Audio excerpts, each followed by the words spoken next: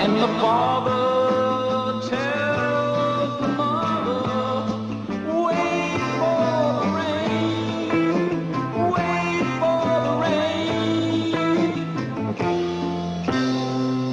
Hey guys, what's up? It's John Grande. Oh yeah, I am back and better than ever. Oh yeah, Macho Madness. Yeah, I love Macho Man Randy Savage, if you couldn't tell. Oh yeah.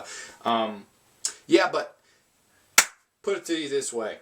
The Mets lost the World Series in 5 games. I was kind of depressed about it, so I took my phone, and for about 2.5 to 3 hours, I contrived of a list, creating my top 20 all-time favorite, classic, awesome horror films of all time.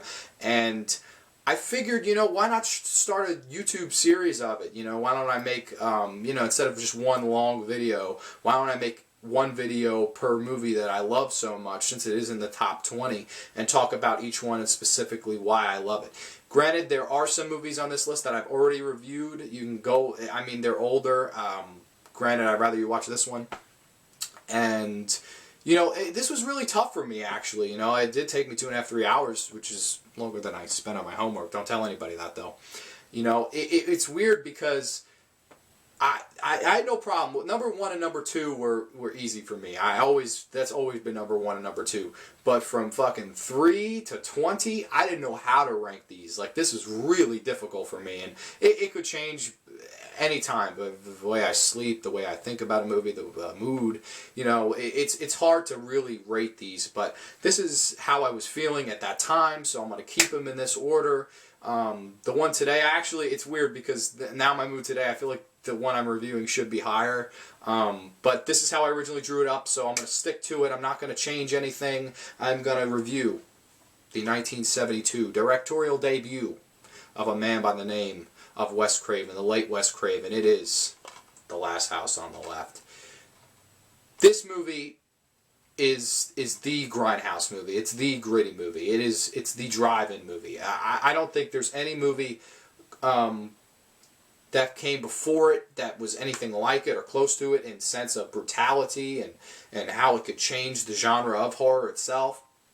And I don't think there's a rip-off movie after it that comes quite close. I Spit on Your Grave is a good one, but I definitely put this over it because just of the technique and filming styles and stuff like that. And that movie was more about a big rape, violent scene, and then, the revenge is actually pretty much, is really brutal as well, but this is the rape revenge movie. This is absolutely it. And it's sad, actually. I watched this last night. I went back to rewatch. I don't know if I'm going to go back and rewatch all of these, but we'll see. Time will tell, kind of thing.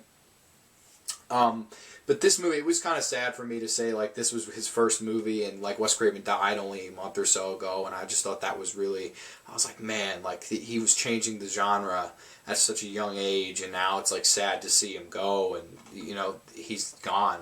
He's one of the only guys that changed horror in every decade. 70s and the 80s was Nightmare on Elm Street, and the 90s was Scream, like, I just don't. He's amazing. The 70s, 80s, and 90s, he made a movie that changed the game in horror, and I don't think anybody will ever dispute that or anybody will ever duplicate that. I think Wes Craven is an absolute horror legend, and this is why his movie is on my list, The Last House on the Left. And basically, it stars Sandra Cassell and Lucy Grantham, who both of them never really went on to do much acting after this. They're 2 teenagers. They're going to a concert. And they run into this guy and they ask him pretty much if they could score some weed off him.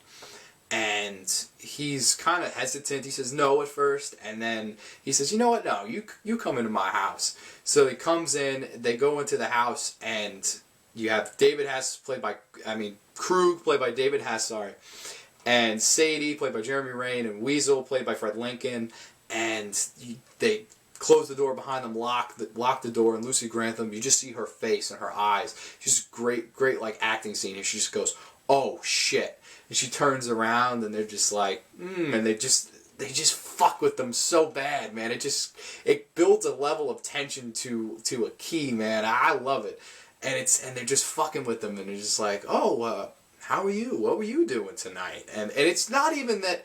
It's perfect in the sense that it's not over the top. It's not too in your face. It's actually feels really legitimate. Like, what if I was to walk into a house full of 4 ex-cons and they were to fuck with me. It really feels like that's like some of the shit they say to the girls is what they would say to you in real life, and that really hits home with me.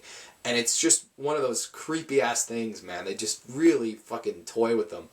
And the next morning they hop in the car, they throw the two girls in the trunk, and their car breaks down right next to this forest, like the middle of the woods. And they go, all right. So they take the two girls into the woods, and they basically torture the shit out of them. Torture them, rape them. Krug makes Lucy Grantham piss her pants. He's like, piss your pants.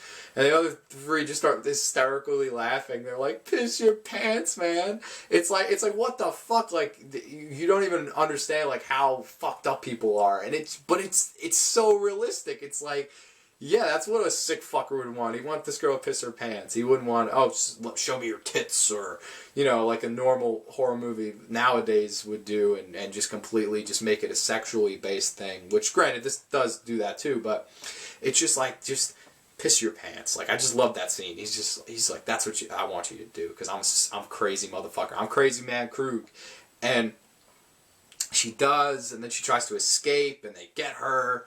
And they rape Sandra Castle's character, Krug does. And the best scene in the whole movie is he gets up after raping Sandra Castle's character.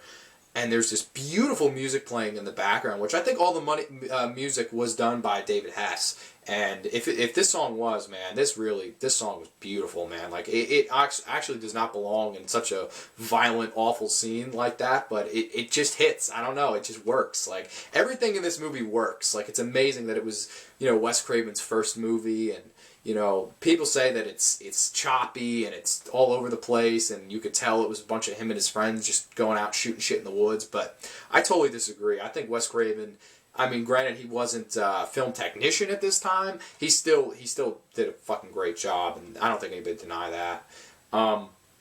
Yeah, but Krug's getting up, and this beautiful music's playing in the background, and he's kind of cleaning his hands off after raping this girl. And sorry about the phone if you can hear that. I don't even know. I doubt you can even hear that, but yeah. So Krug, it's horrible, man. Like, he's just like, he cleans his hands off. He looks down at the girl, looks up at Sadie and Fred Lincoln's character Weasel, and he just kind of looks with this remorse on his face and this regret on his face, and you absolutely feel that he's thinking in his head, man, you know, that was fucked up that I did that, you know, like, maybe I shouldn't have done that. And it's such a human characteristic, it's such a human trait, because it's how somebody would really react. Like, the world isn't a bunch of, the world of horror, at least, is not a bunch of mad scientists and Frankensteins and Draculas and Wolfmen and fucking Stephen King shit comes out of his mind and people going crazy, and that's not the real world sometimes. This movie is a very realistic horror movie. He looks down and is ashamed and disgusted at what he'd done. And he still did it because he's a crazy motherfucker, but we're not all monsters. We're humans, and these were humans making mistakes and realizing them, but they're not going to clean up their act. They're going to keep going because they don't know any better. And I just think that aspect of the movie, again, they hit it out of the fucking park. 450 to dead central. Sorry, I got baseball in the mind. Yeah, but they kill Sandra Castle after that, and I'm not really spoiling it. If you haven't seen Last House on the Left, why are you watching my channel, really? I don't know if the remake of the movie, by the way, it's an okay movie. I think it's okay. I don't hate it. It's not like another remake that they did of Wes Craven's that they absolutely stabbed in the fucking back and raped and mind-fucked and, oh God. We'll get there. We'll get there when we get to, you know, one of my other top 20 favorite horror films. But the four criminals end up going to Sandra Castle's parents' house, you know, coincidentally, which is the last house on the left. The 13 acres over the very center of hell. Keep telling yourself it's only a movie. Great taglines. They promoted this movie really, really well. Sean S. Cunningham, gotta thank him for that. He went on to do the original Friday the 13th, which may or may not be on this list. But yeah, so they end up at Sandra Castle's parents' house, and, you know, they pretty much, the parents put two and two together and realize that these people killed their daughter.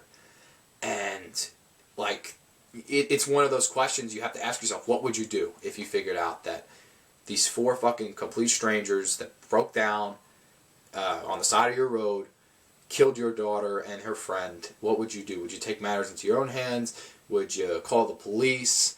And these people pretty much take matters into their own hand. And there's brutality, awesome stuff. There's dick biting off and fucking chainsaw action and cursing. And it's just all this great stuff. And Sadie's character gets brutally killed. And there's tons of the third act of this movie is really, really good. Like it's built up to a nice little crescendo. Not perfect, but it's nice enough and perfect for a gritty grindhouse movie like this is.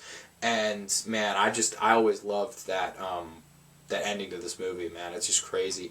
There are some negatives about the movie. Maybe the reason that I bumped it down to number 20. There's two cops in this movie. One is played by Martin Kove, who's actually from The Karate Kid. No Mercy. The sensei guy. His name in the movie escapes me at the minute, but no sensei. Like the dojo guy. He's fucking one of the cops, and they're just there for comic relief, but they're not funny. Really annoying. Like I was actually really glad in the remake they took them out of it. That was my favorite thing about the remake, if anything. And also this movie, again, it's not it's a little amateurish, but to me, I just think Wes Craven showed all the talent in the world that he had, even not knowing all that he would go on to learn and know. But of course, the music in this is fantastic. David Hess. Again, Wait for the Rain. I'll put it at the beginning of this video. Phenomenal song. Everybody hates the song, like the happy song in it too. Here comes Sadie, Weasel, and Krug. Like, I love that song. It's fucking hilariously hokey. But I guess it doesn't fit in a movie with rape and violence and murder and torture and pissing pants and dick biting offs and all this shit. I guess it doesn't fit in that retrospect, but I love it. I just think it's so fucking perfect, man. It is number 20 for a reason. I just told you all the reasons. If you haven't seen this for some fucking reason, come down to Planet Earth, buy this sucker. It's like $7. It looks really good on Blu-ray too. I don't own the Blu-ray, but I've seen it on Blu-ray. A friend of mine owns it. But that's going to be all for now. I will be back. I don't know when. It could even be tomorrow, actually, because I don't have too much going on tomorrow. I'm heading upstate this weekend, so hopefully, if it's not by tomorrow, it's not going to be till next week or so on and so forth. But that is number 20. That is The Last House on the Left. That is Wes Craven, one of his best films of all time. In my opinion, one of the top 20 horror films on my list. So that's going to be all for now. I am John Grande. I am the best in the world, and you've been chilling with them, guys. Peace.